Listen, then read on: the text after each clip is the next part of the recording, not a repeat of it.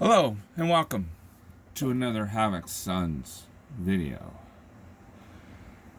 I thought I'd do a little bit more on what's actually going on because I looked at past videos of this and I thought I covered it better, but I could have, well, you can always do better. So anyway, let me go into a little bit more here.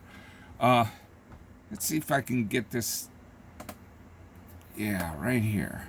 So here are the 4 nuts, or bolts, I mean, little bolts that go into the hard drive. Just put them in like that.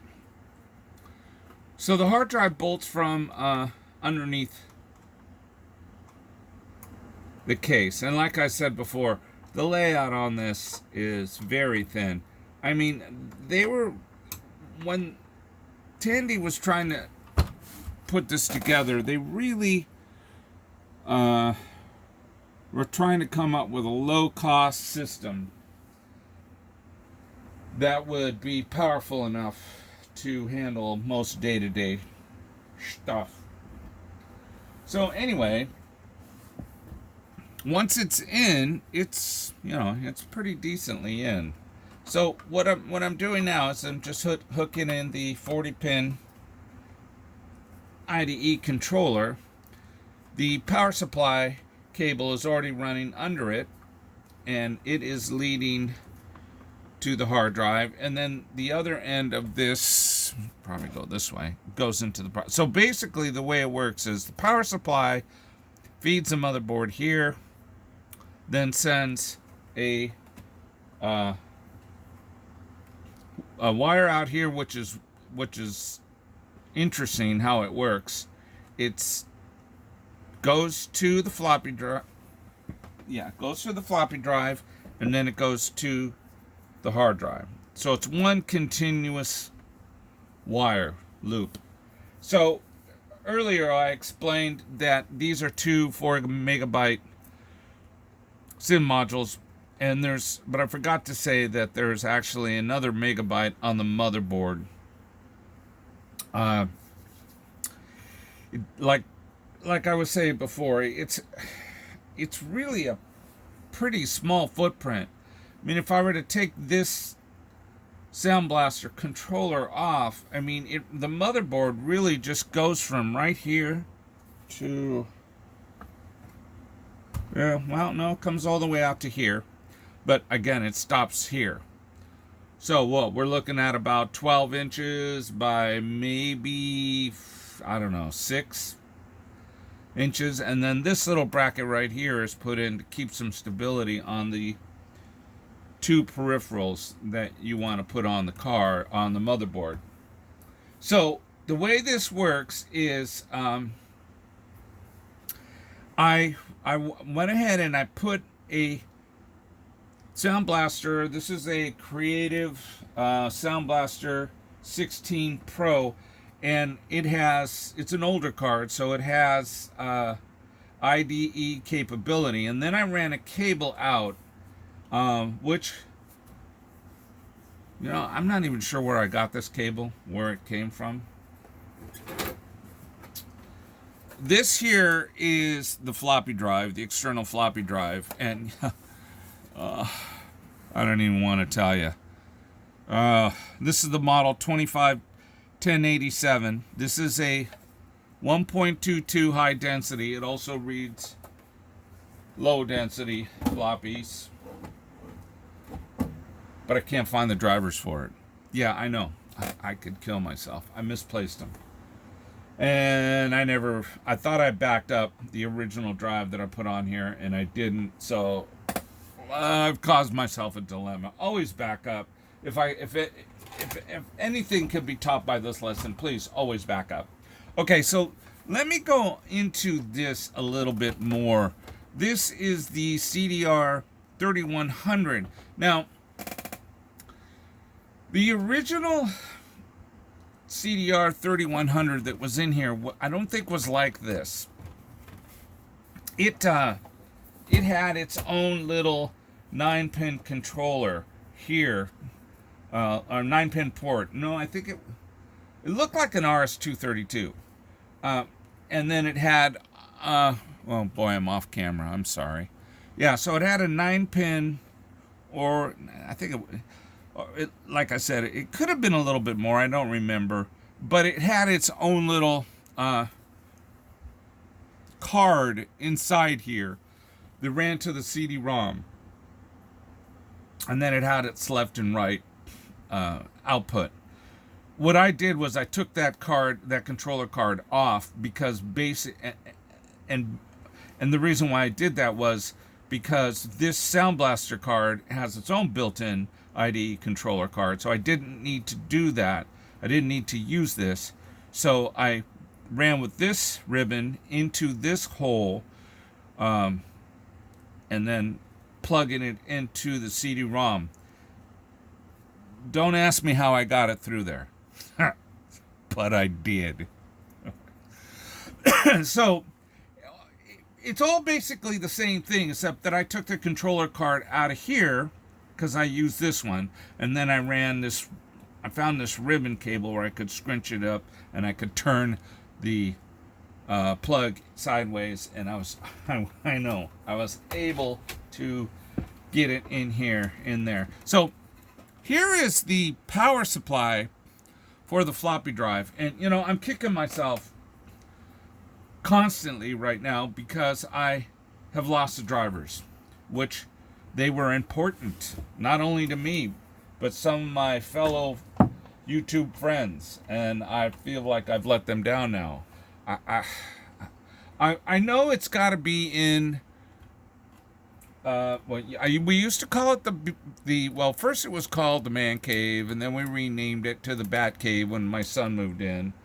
And now I'm calling it the Tandy Cave because I think about 90% of the things that are in here are Radio Shack related.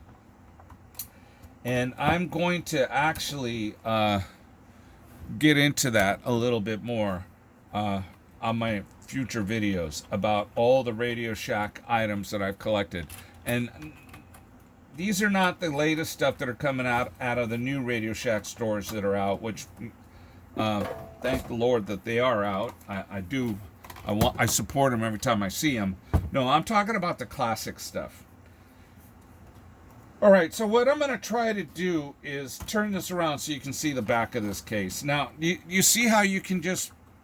what I did on that smaller port is I squished it down really good, and I was able to work it without destroying the cable, because it does work. So, okay, here's the back of the unit. Here's the power supply. Look at this volume control. This is for the onboard DAC. It really was a waste. And then they have a earphone plug here, a mic plug here. So it does have its own onboard audio, but I basically have disabled it because I'm using the Sound Blaster, which is right here. Here's the serial port. Here's the newer parallel port. This is the one that's IBM compatible. One of these is a PS2 mouse. One of them is a keyboard. I can't remember which one now by looking at them. Yeah, it's not etched anywhere, so that'll be fun. I think last time I had to guess too. And that is the Vga Controller. Oh no, it's kind of faint right there on top. And then of course the Sound Blaster 16 Pro. So basically, this is the inside. Getting too close. This is the inside of the computer. I really like it. I really do. This is one of my most favorite Tandy rigs. And the biggest reason why I like it is because it is so compact. And I've got all these different Radio Shack peripherals on it to make it do everything that a full-fledged 386 would do. So, in my eyes, it's pretty awesome. Okay, so I'm going to try now to put it all back together. I don't really need to do anything else interior-wise, so I can bolt it all back up. And then we'll take it from there.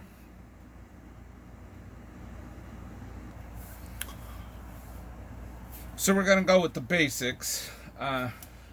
I mean, I have a main power switch that's connected to this. It's a Tandy power switch system. So normally I plug this stuff in last, but I don't mind because it's currently, there's no power to it. And then basically this is all the slack that is inside. I don't know if I should probably run a protector in there or what. Then the next thing I want to do is I want to put in the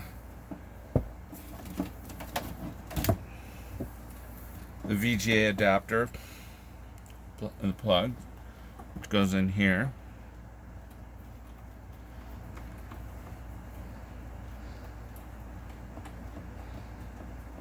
And I have decided to go ahead and wipe the hard drive clean because I don't want Windows 95 on this machine. It didn't come stock with Windows 95. At the time of this release, the best you could get was Windows for Workgroups. I don't even think that Tandy had that available. I think they did have a version of Windows 3.0. I mean, I have to research that more and see if in fact that's what I'm going to put on here.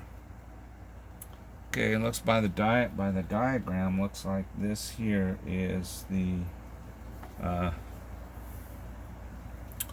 keyboard.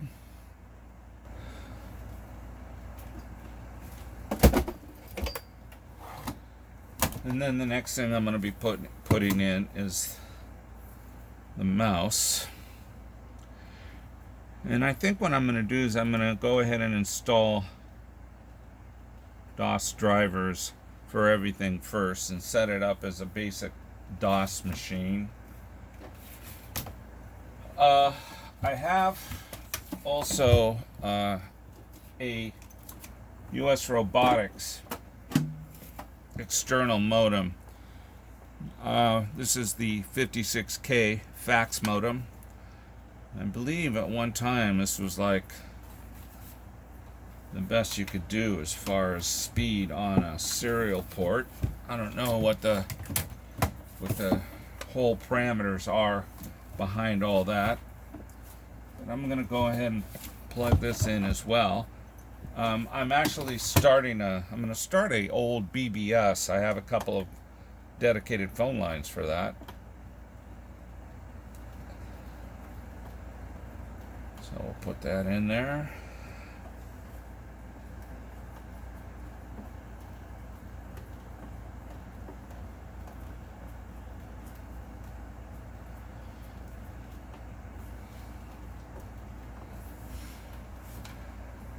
Okay, and then the next thing I want to put in, which again I've misplaced the drivers for it, and they're proprietary drivers. I mean they are very difficult.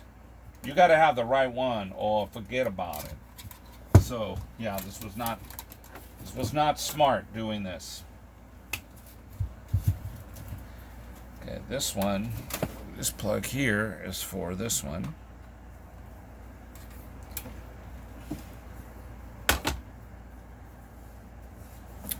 Now, the external floppy.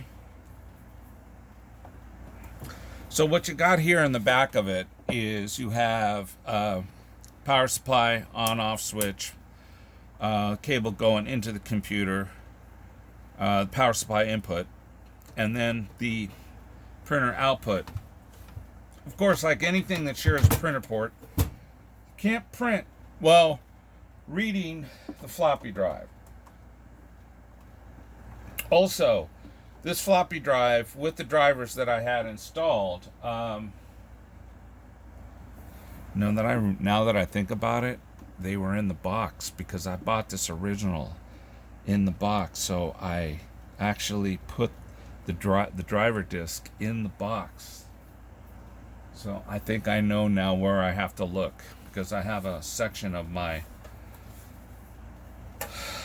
Tandy cave that is regulated for just all the original boxes for a lot of these pieces. Okay, The most important piece, I think, is next.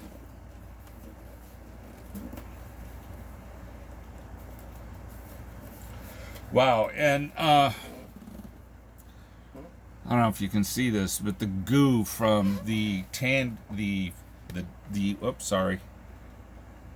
This CD-ROM, the legs, the rubber on them has started to degrade, and it just kind of like oozed all over this.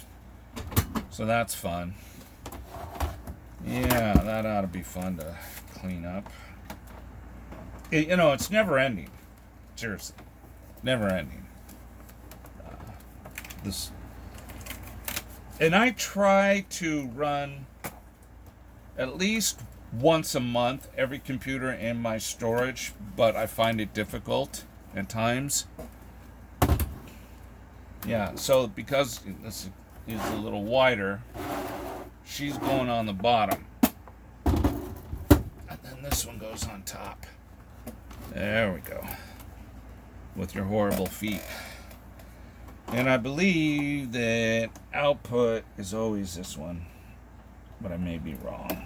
That's all right. It's not the biggest importance in my life right now. And then here's the power supply to that. Okay, so if you look at it now, you see that the back of the 386 is pretty much fully loaded. I mean, she's got your keyboard, your PS2 mouse, your VGA out, your external floppy, your modem, the speakers, and of course the CD-ROM. So there really isn't a whole lot more I can do as far as upgrading it, but why? Why would I want to? She's everything I want right now. Oh, I have to. Not sure what's going on there. Okay, now let's spin it around. Well, it's up. So let's see if it all works. Now, I haven't scrubbed the hard drive yet. So what I think it's going to do is it's going to boot up into Windows 95. I can get you a little closer there. I'm about as far back as I can be. Yeah, it's going to boot to Windows 95. And currently, like I said, this is not going to stay. I don't have drivers for it. Windows 95 is not going to stay, and currently I do not have drivers for the Tandy floppy drive, but I just had an epiphany of where I think they may be, which is good because I'm not the only one who needs them. So we're going to go ahead and let this boot up. But as you can see how tiny the footprint is. But I'm able to run a 1.44 high density floppy. 720K also. 360 and 1.22. A CD-ROM. It's ready with Wing Commander, Strike Commander, but Syndicate. That's probably what I'm going to play next. It's already in there, ready to go. I guess I guessed correctly on the mouse. You can see that the modem is ready. I have to connect it up. And unfortunately, no dun-dun, because no sound. But I love the fact that she's already trying to pull a higher resolution than normal right out the gate. So, this is the VGM 220, which is a lower model VGM, one of the first ones that Tandy came out with. But I also have I have a few other Tandy VGMs. I think the latest one I have is the 440, which is pretty nice. But this one's on a little pedestal, and this is a Tandy product. So everything here is Tandy except for the US Robotics modem. Oh, and I'm pulling this, my fellow's flight stick. Your baby, which is a nice stick. It's got a lot of different stuff on it. And I'm gonna miss her, but I got this just a couple days ago, and I'm gonna put this on it. Yeah, baby. This is a official Radio Shack joystick here. It's only 2-button though. Only 2-button. Nothing else. It has adjustables to narrow it in, to fine tune it if I need it to be fine tuned. Swivel's nice. But yeah. Radio Shack. So I'm gonna plug that into the back of the sound card, and that's going right there for now. That's pretty much it. Complete system. Now I gotta hunt for the drivers. I'll probably do a follow-up where I will go ahead and install the drivers so you see everything work. I don't know, man. If I get some feedback and people tell me keep 95 in it just to see what happens with all the drivers and how 95 treats it, okay, I may do that. Because what I notice is it's not sluggish at all. I mean, it's pretty perky. Well,